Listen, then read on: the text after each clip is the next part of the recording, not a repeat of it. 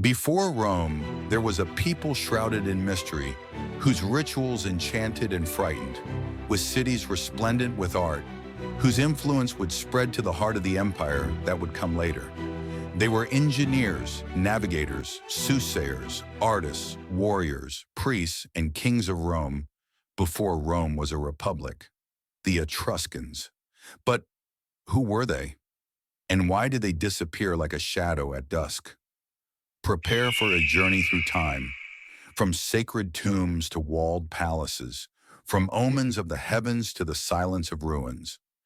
This is the story of one of the most enigmatic civilizations of antiquity. It is the 9th century BC in the fertile hills of Tuscany, between the rivers and valleys of central Italy, that a peculiar culture began to flourish. They built with stone, buried their dead in underground chambers, and left offerings to the gods. The origins of the Etruscans are still debated. Herodotus, the father of history, claimed they came from Lydia in Asia Minor, fleeing a great famine. Dionysius of Halicarnassus, however, argued that they were autochthonous, native to Italy itself. Modern archaeology leans toward a fusion, a people who developed locally but with strong Eastern influences brought by trade in the Mediterranean Sea. Etruscans was the name given by the Romans. They themselves called themselves Ravenna. While other cultures left palaces, the Etruscans left tombs. And what tombs? In the hills of Tarquinia, Cerveteri, and Volci, archaeologists have discovered veritable cities of the dead, tombs with monumental entrances, rooms painted with vibrant frescoes, and corridors filled with vases, jewelry, and swords. There the Etruscans recreated the homes of the living for their dead, believing that life continued in the afterlife. These tombs reveal parties, dances, athletic games, mythological scenes, and banquets, where men and women shared a bed. Yes, among the Etruscans, women had much more freedom than among the Greeks or Romans. They participated in public life, attended banquets, and even gave their children their names. This shocked their neighbors. To the Greeks, these bold women were scandalous, but to the Etruscans, it was natural. The legend of Tages, one of the mythologies that enchanted travelers. One day while plowing the land, something extraordinary happened. A child with the face of an old man emerged from the ground. Tages, a divine and enigmatic being, he revealed to mankind the secrets of divination. Thus was born the Etruscan religion, deeply connected to the signs of the natural world. The Etruscan gods were many, and many of them were later incorporated by the Romans. Tinia, the supreme god, was similar to Jupiter. Uni was his consort, goddess of fertility and life, and Turan, goddess of love, anticipated Venus. But true power lay in the signs of destiny. The Etruscans believed that everything in the universe was revealed by the gods. One only needed to know how to interpret them. They read the future in the viscera of animals, especially the liver of sheep. This ritual, called haruspicy, was so respected that the Romans adopted it for centuries. They also observed lightning, birds, and the flight of clouds. For them, the sky was divided into sacred zones. Every lightning bolt, every thunderclap, every eclipse was a message. There were sacred manuals. The Etruscan books, such as the Libri Haruspicini, transmitted by specialized priests, the haruspices. There is evidence that their religious rituals, especially those linked to the underworld and the infernal gods, included human sacrifices, usually prisoners of war. Blood, they believed, appeased the spirits and maintained the balance between the worlds. The famous gladiatorial combats have Etruscan roots. They were performed at funerals to honor the dead. The spilled blood symbolized the passage to the afterlife, a brutal practice, but full of spiritual symbolism. The Etruscans lived in independent city-states, united by religious and cultural ties. Each city was ruled by a priest-king called a lucamen. There were assemblies and rituals that brought together all 12 cities of the Etruscan Confederation in a sacred sanctuary called the Forum Voltumni. Masters in hydraulic engineering drained swamps, built canals and walled cities. They created stone arches before the Romans and developed urban planning techniques with paved streets and sewage systems.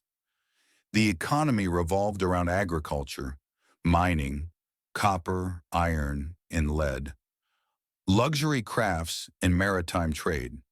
Their port cities maintained contact with the Greeks, Phoenicians, and Carthaginians.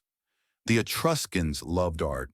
Their vases were painted with scenes from everyday life, mythology, and eroticism. Their terracotta sculptures displayed expression, movement, and humanity.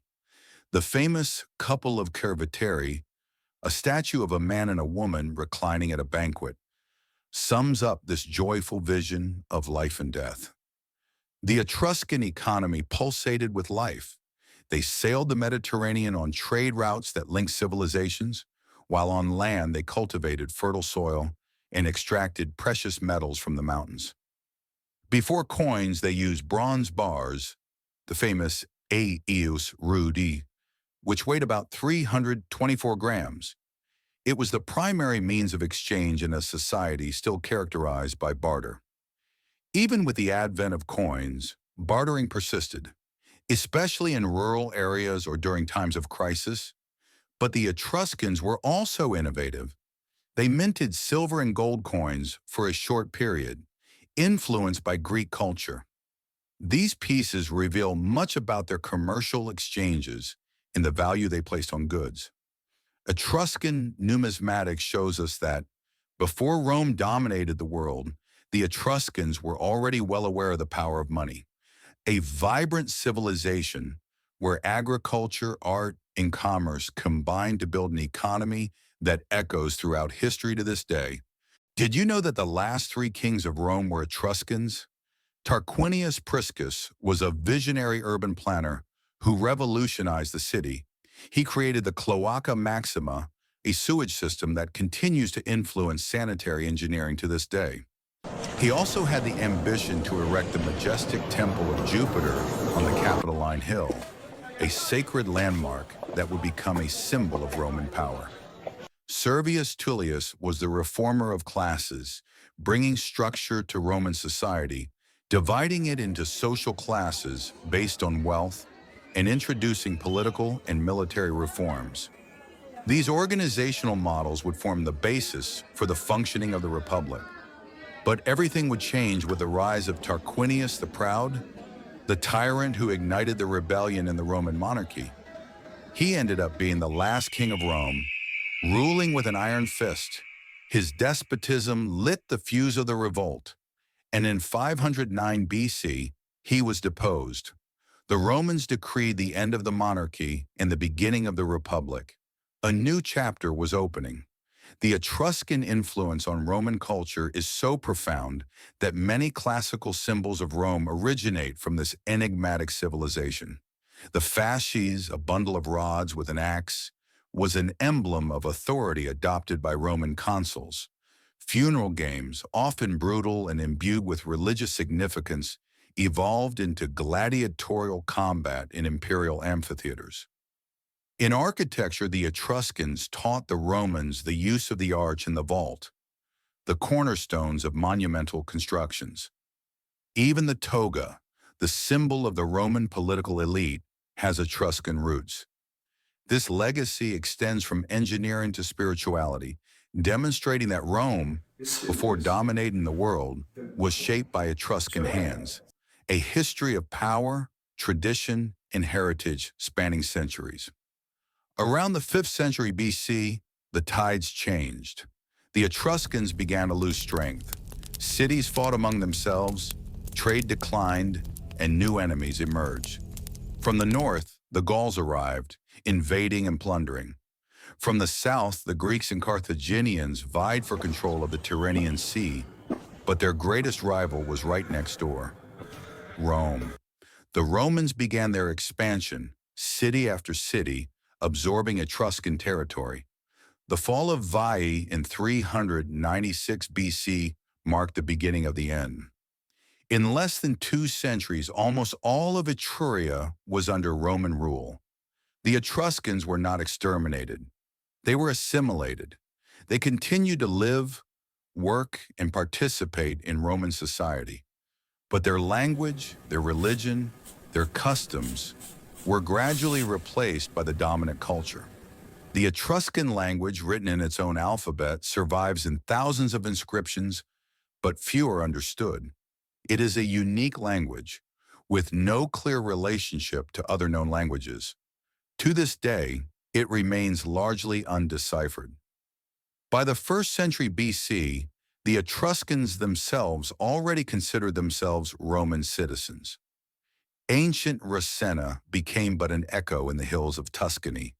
The Etruscans vanished from history like mist at dawn, but their legacy remains, hidden beneath the foundations of Rome, in museum galleries, in the symbols of power still worn by governments and republics.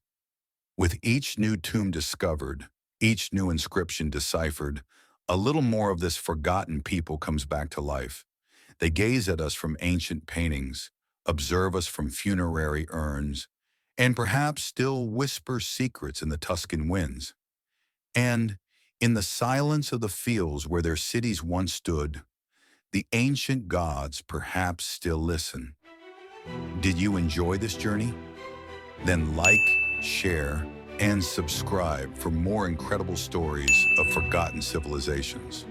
Here the past finds a voice. Until next time.